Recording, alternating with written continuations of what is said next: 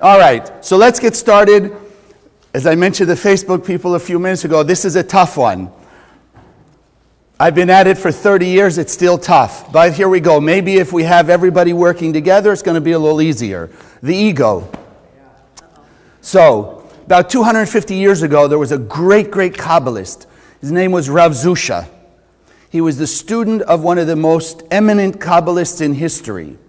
So, of course, if you have such an eminent teacher, you've got to be a pretty amazing student. And his reputation had gone out through the countryside, and everybody knew who he was, and knew that he was a student of this great Kabbalist, this true master Kabbalist. So, as was the case back then, he would go and he would collect money for various causes. In this particular case, his daughter was about to be married, and in those days there was a dowry, and without the dowry you couldn't get married. So he was out collecting money for his daughter's dowry for her wedding. And on his travels back home, he had all the money he needed, and as he's traveling through this one town, he could see, as a Kabbalist, he could see kind of a dark cloud of sadness over this town. So he goes to investigate, and he finds out that sure enough, there was a wedding supposed to take place. The bride's mother had the dowry, but somehow it got lost. So everyone was looking for it, nobody could find it. And of course, on the one hand, they were expecting this great wedding, and now it seemed like it wasn't going to happen. So Rav Zusha, he starts to inquire a little bit. He finds out what's going on, finds out the amount of money. And he realizes, I've got that money for my daughter's wedding, but this is a more pressing need. So he inquires, how much money it was, what kind of the denominations there were, what have you.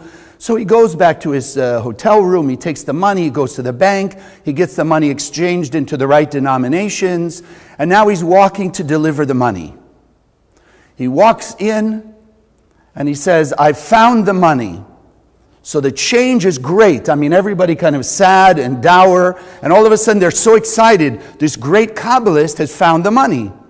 He says, but one thing first. He says, first, I want you to give me a finder's fee. And now they're all aghast.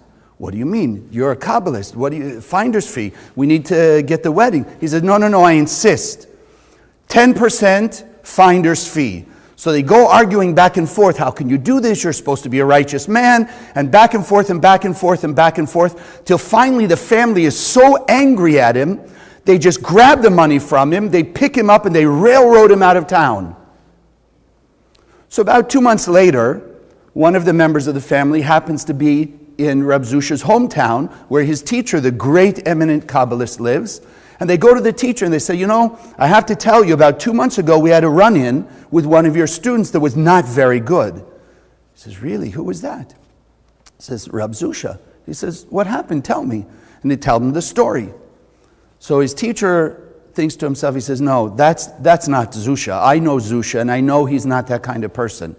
So the teacher goes to Rav Zusha, says, Zusha, tell me the story. What happened? I mean, they told me what went on, but I know you. I know there was something else.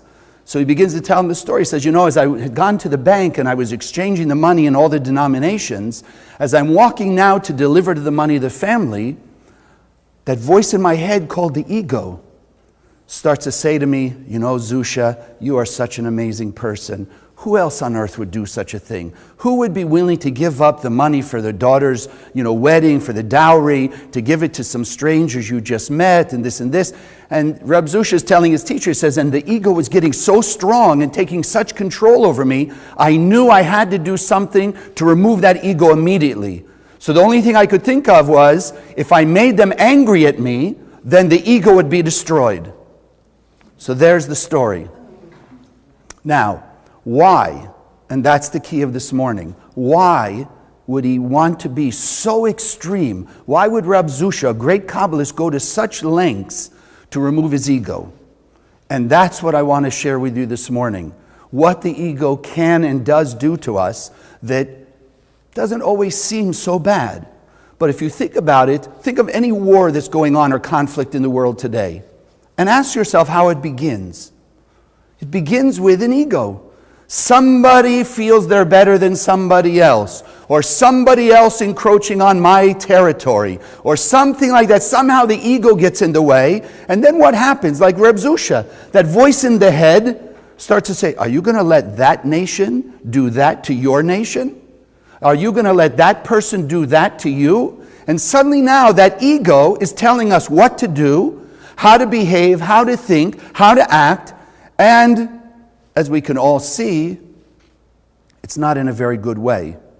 For a while, I don't know if it happened here, but when I was living in California, there was a rash of road rage killings. I don't know if you heard of those. Some guy gets cut off on the street. He starts chasing down the other car. They pull off on the side of the road. They have an altercation, and it could be anywhere from physical violence to literally the guy goes to his car, pulls out a gun, and shoots the other guy. So a person could lose their life over the ego. That's how detrimental it can be. That's how negative and destructive the ego can be. And that's why it's the focus, really, of everything we teach in the center, just in different faces.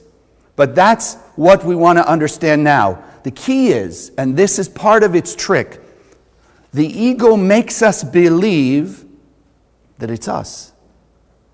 In fact, think about it. There are so many different ways of thinking about the ego that they almost want to make us think, you know what? If you didn't have an ego, you would be just like everybody else. And you don't want to be just like everybody else. You want to be your unique person. So you hold on to that ego. But here in the center, where we learn the true essence, the original, authentic Kabbalah, we understand, as we often emphasize, you and I were created only one way. We are not created with an ego. We are created as pure and perfect beings of light. We are created in the image and likeness of the Creator, and the Creator has no ego. So we don't have an ego. We're not created that way. Our true nature is just pure beings of light. So then what is the ego? The ego is an add-on, but not a good add-on. It's like a parasite. So think about it. How many people go to the doctor with a big smile on their face? Doctor, they got a big parasite in their body and they are so happy about it. None, right? Exactly. But that's what the ego is. It's a parasite sapping our energy, taking our light force. Now, we also understand, though, the ego has a purpose. And that purpose is to give us free will. Because if we didn't have that other voice in our head, like with Zusha, if he didn't have the voice that's trying to pump his ego up and say, look how great you are, how amazing you are, etc., then he wouldn't have had anything to overcome and therefore be on his next highest level of spiritual connection to the light, of his spiritual potential. So like everything in life, from exercise to your business, to your relationships, to your health, any part of our life, if you're not making an extra effort today for that particular area, then you've just lost what you could have had. The only way to grow is by exerting yourself one more level. So that voice in our head, that ego, that parasite, it does have a purpose. It's there to be a challenger to us, to give us the opportunity, by awakening more of our God-like beingness, in overcoming it, to be stronger. To be stronger with the light, to be stronger in consciousness, to be more of that pure and perfect being that the Creator created us to be. So there is a purpose. But I want to make sure I'm emphasizing right off the bat that we are not our ego. It is an add-on, it is a parasite, and our job is to remove it from our lives totally. And through that work, we grow into our pure and perfect being. Through that work. So it's not we just want to keep it, and it's not we can just ignore it, because it won't be ignored. My teacher, Rav Berg, always used to say, try and stop thinking for 30 seconds. Blank your mind for 30 seconds. Yeah, it already didn't work, right? You're already thinking, what's the music going on? What's going on? Why is he making us do this, etc.? We can't. Thoughts are constant in our head. So then our work is to not listen to the ego, to fight the voice of the ego, and use the voice of the Creator that's constantly in our mind. Because remember, who are we really? Who are we really? Pure and perfect beings of light. So that voice will never stop. Meanwhile, the ego is temporarily there like that parasite until we get rid of it, but it's there to allow us to push ourselves to our next level. Because what's the other thing the ego says? I'm right, everybody else is wrong. Correct? Let me give you an example, because I know some of you go, oh no, here and there I know I have. Did you ever blame somebody for something that happened to you? Anything? Yes or yes? Yes. New people going, that's not free choice. Yes or yes? Yes? So the moment you blame, what are you saying? I'm perfect, they're not. And you can tell me, but Chaim, they really did what they did. That's true, but the moment you blame them, who's telling you what to do? That voice called the ego, that parasite that's in you. Blame them, be angry at them, be upset at them, run away from them, etc. In fact, I had a student years ago who told me, over about 15, 20 years, and almost as many jobs, everybody he worked with was wrong. He was the only smart and right person in that job. And then he'd leave that job, he'd go to the next job, and guess what? Same thing. Everybody else was wrong and he was right. So that's the other way the ego gets us. I'm right, everyone else is wrong. Until we start to realize, wait a second, can it really be? If I'm asking or I'm around 100 people, 50 people, 200 people, can I really be right and all of them be wrong? Yeah, see, the ego's already getting you now, I hear it. If you know those 200 I'm asking, absolutely. If you understand the point? And then what does that do? Once you let the ego tell you what to do, you've lost control of your life. You have no more control of your destiny. Because that ego is going to make you accept limitation. That's the other part. The other part. Ego means edging God out. Some of you probably heard that before. Edging God out. What does that mean? Me. I am the source. I am the source of all my blessings. I'm the source of my intelligence. I'm the source of all my good.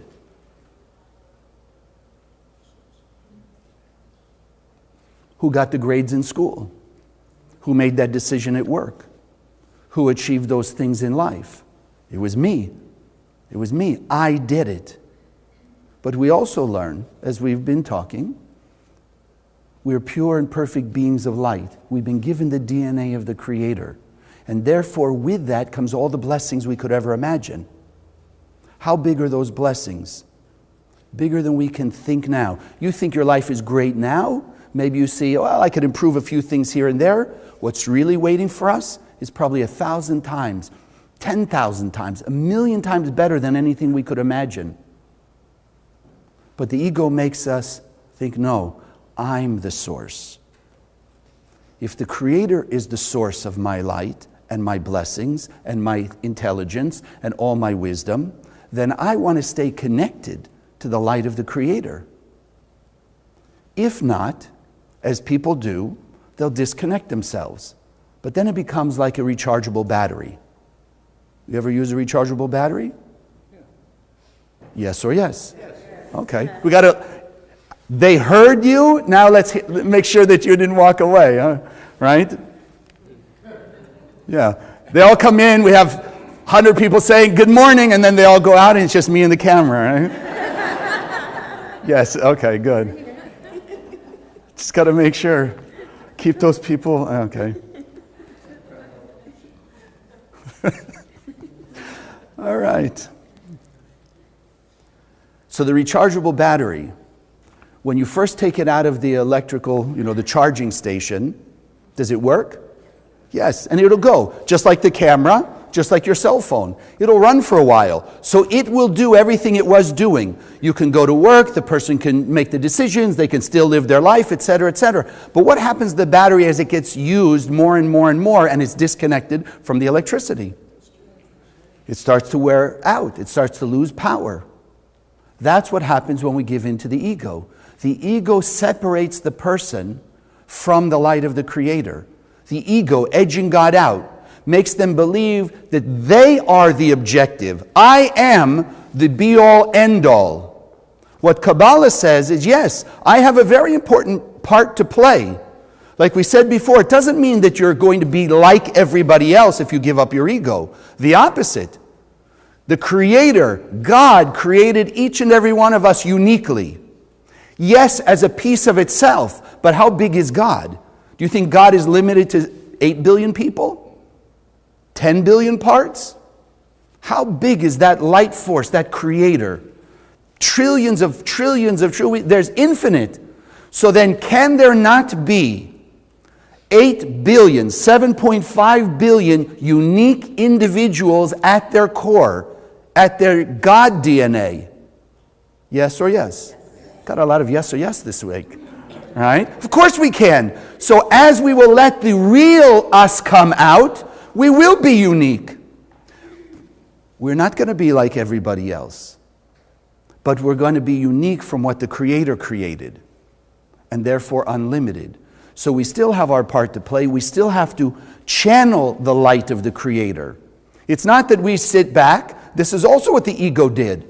The ego made us think, you know what, I'll just sit back. God created me in His image and likeness, and God wants to give me everything because God is so great, so I'll just sit home all day. I'll wait for the check to show up. I'll wait for the food to be delivered. I'll wait for people to come to my house, etc., and I'll just wait because God is so good and so great, right? Just going to wait. So, like the rechargeable battery, the food will last. Whatever you happen to have in the cabinet or you have in the refrigerator, it'll last until you eat it. And then what's going to happen? You're going to sit there with an empty refrigerator, empty cabinets, waiting for God to bring you your food. No. God gave us the ability to be God-like, but we have to go out and be God-like. We can't just sit home and wait for God to come to us. We have to go out. The purpose of this world is that we will go out and we will show everybody else what it's like to be God-like. That's why we're here. But the ego says, no, stay at home, separate, disconnect. And we're here to keep recharging ourselves, to understand that we need to be connected to the light of the Creator all the time. So that that flow, I mean, how long do you hold your breath? Maybe a minute.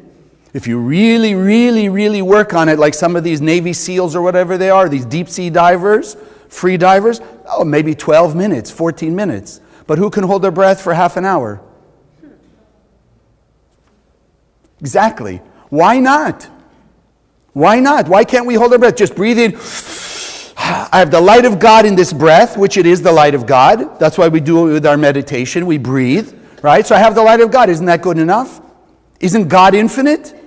Of course. So then that what breath should be enough? No. The physical world shows us you have to take in and you have to give out. And then you have to take in and you have to give out. Has to be a constant circulation. Just like that rechargeable battery. Yes, in a way it can go out, do its work. I can take my cell phone, I can charge it at the desk or charge it at home, then I can take it out, I can use it for the day, but then I know already I have to take it back and charge it again. Because it is not infinite. It will not last forever. Like myself, I also have to be charged. So whether it's here, Spiritual Sunday, whether it's like we do with the meditation, those of you who've been around, you're scanning the 72 names, you're making use of the Zohar already. Those are the things that allow us to constantly stay connected to the light of the Creator. So of course, you're going to go out to work, you're going to the market, you're going to go out to the gym, you're going to go socializing and things like that. Doesn't mean you can't be charging at the same time. So yes, we have the tools, 72 names, Zohar, we have those types of things. Those are focused recharging. But remember, when you're here, when you go out, when you're at the supermarket, when you're at work, what do you also take with you? The light of God inside your soul. And you can be sharing that all the time. You can be fighting the ego and say, no. I'm not going to listen to that ego voice. What I do at work is because the Creator gave me the talent and ability, and I want to channel that at work. I want to make use of that at work. When I'm with family and friends, the same thing. The Creator gave me the capability to speak to people, to inspire people, to share my story with them, etc. So then I will share my story with them to help them understand also who they really are and what they've got inside them. I'm not going to walk around thinking, well, I'm so much better than them. And I'll be honest with you, the first 2 years I was teaching, it was tough. Because I thought this wisdom is so amazing, and God chose me to be a teacher of it? Ooh la la, it must be really hot stuff. Okay, great. Thanks. Go away. Okay, but okay, I told you it was a tough subject. But I had to realize, and it truly goes back, and I don't even think I've shared this story with you. When I first came to the center, and that's, I think, what really popped my ego a little bit after the first year or so, and I happened to be alone with my teacher, Rav Berg, who I believe was the greatest Kabbalist in history, and now has given that legacy to Karen, his wife, and it's because of her we have these centers, as many of you know. But he was standing there, and of course at that point, you know, the Rav was the eminent Kabbalist on earth. And he looks at me and says, you know, Chaim, he says, if Philip Berg weren't the Rav, somebody else would be the Rav. Because the Kabbalah Center and this idea of the spiritual leader of the Kabbalah Center is an idea in the mind of God. And so someone's always going to fill that spot. And I thought at that moment, if the Rav, my teacher, who I believe, as I've shared with you, really was from the lineage of Kabbalists to bring Kabbalah to the masses, to truly bring peace to the world, if he could say that about himself, where does it put me as just a teacher? And then I realized from that point, it's my blessing to be a teacher. I'm not doing you a favor, I'm not doing the center a favor per se. I'm doing myself a favor to stay connected to the light of the Creator by having the opportunity to share this wisdom with as many people as possible, as far and wide around the world as possible, because it keeps me charged up. It keeps me charged up. So as we often learn, the universe, the Creator's system that we call Kabbalah is always win-win. I cannot have blessings in my life unless I'm sharing it with you and other people. You cannot have all of your blessings unless you're sharing it with other people. And that's why everything in Kabbalah is about sharing. And it's about, yes, you may have shared amazingly last week, but are we not expecting or asking more this week? Or are you happy with whatever you ate, whatever you achieved last week, and that's it, this week can just go blank? Or are you expecting to fill in this week with even better things than last week? So if you are, who's it up to? You. It's up to us. So then how are we going to get rid of that parasite? How are we going to be able to be those pure channels of light? Starts with something that seems so obvious and yet so misunderstood, like the ego. Now we understand the ego is a parasite. We want to get completely rid of it from our being. There's no redeeming qualities in it other than until we've achieved our 100%, that it's there as a challenger. So the antidote for our ego is called humility. But humility doesn't mean weakness. That's also where the ego gets in. You don't want to be humble, because look what they say about humble people: get squashed in the dirt, they get walked all over, right? They're just weak people. No. Every great spiritual leader you can think of was purely humble, meaning a pure channel. There was no ego, which means it was God talking through them, God acting through them. Were they weak? The exact opposite. They stood up to the evil people of the world. They stood up to negativity. They stood up and they gave their message. And they told people what they needed to do to have blessings in their life. Even against all of the naysaying or what have you, they were willing to stand up. That's what we have to be, is just humble. But let's start in our level. Humility means for us asking for help. Because the ego will not let us ask for help. I'm the source. I can manage. I can do it myself. No, I can't. What can we do by ourselves? Can you wake yourself up in the morning? I know you're all thinking that, well, sometimes I do beat the alarm. So then who woke me up? Right? Who woke you up? Your soul. You didn't. The light of the Creator. 2 seconds before that, you were out. People looking at you think you might be dead even. So while you're dead, sleeping, you say, okay, now it's time to wake up, open my eyes. No, it's suddenly, boom, that energy of the Creator goes back into your body and you wake up. You hear the alarm and you jump out of bed. There's nothing we can do by ourselves. And again, it's not to be negative or critical of our abilities, but it's to understand our job is to channel that light, and that everything we have and do comes from the light of the Creator. So humility is ask for help. Because again, win-win. I can't do this if you're not here. You can't hear what you're hearing if I'm not here. We can't make this happen without the volunteers. The center wouldn't exist if it weren't for Rav Berg and Karen Berg. They wouldn't have achieved if it weren't for Rav Brenwine. You go right down the lineage, etc., etc. It takes everybody. What is the thing they say? It takes a village to raise a child. And don't go off in the wrong way, but you get the idea. We can't do anything. You know, I love these people to say, yeah, but there's the guy out in the middle of the boonies somewhere, and he gets his water from the rain, and he, self-sustaining, and he's not on the electrical grid, and, he what do they call, composts all the stuff, and goes on and on and on like that. So he's all self-sustaining, right? Really, let's see him get water without rain. Where'd the rain come from? That he gets his water from? You follow? It's still out there. None of us can do it alone. Don't let that ego make you think you can. And don't let that ego make you think that it's a weakness to ask for help. The opposite. It's the most powerful thing to show our strength, to ask for help. Because what are we really saying? I can't do it alone. It's not about me, it's about the Creator. You have this interesting story in the Bible, Jacob and Esau, two brothers. Esau hated Jacob, wanted to kill him, destroy him. All of the servants and the friends of Esau all wanted to gather together and kill Jacob. The Zohar, and it's the first time in 30 years I saw this particular verse in the Zohar. It says very simply, Jacob, because Jacob trusted in the light of the Creator, and every action he did was to channel the light of the Creator, that even his enemies, even Esau, even Esau's ego, the negativity parasite in Esau, made peace with Jacob. You want to turn your enemies into friends? You want to turn your chaos into blessings? Then you just have to channel the light of the Creator. Ask for help. Realize. Don't say, God, do for me. But like that rechargeable battery, understand as you plug into the light of the Creator, as you ask.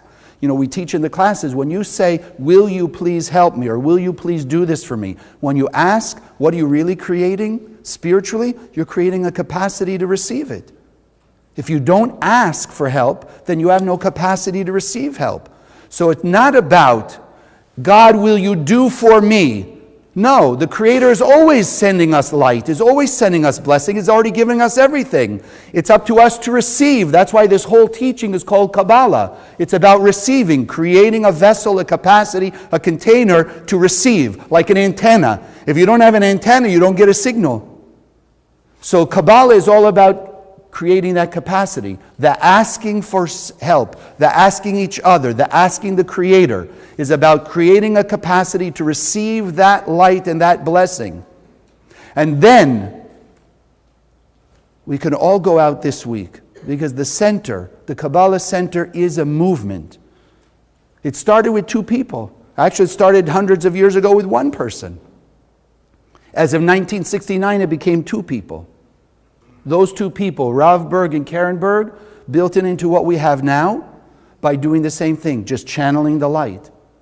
The center is a movement to change the planet, to bring peace to the world through uniting people, not by creating divisiveness. Our religion, our way, this way, our country, or whatever, the opposite. The opposite. The center is a movement to unite every human being on earth with this technology. You can still go to wherever else you go. You can still do what you do, because like we said, we're all unique.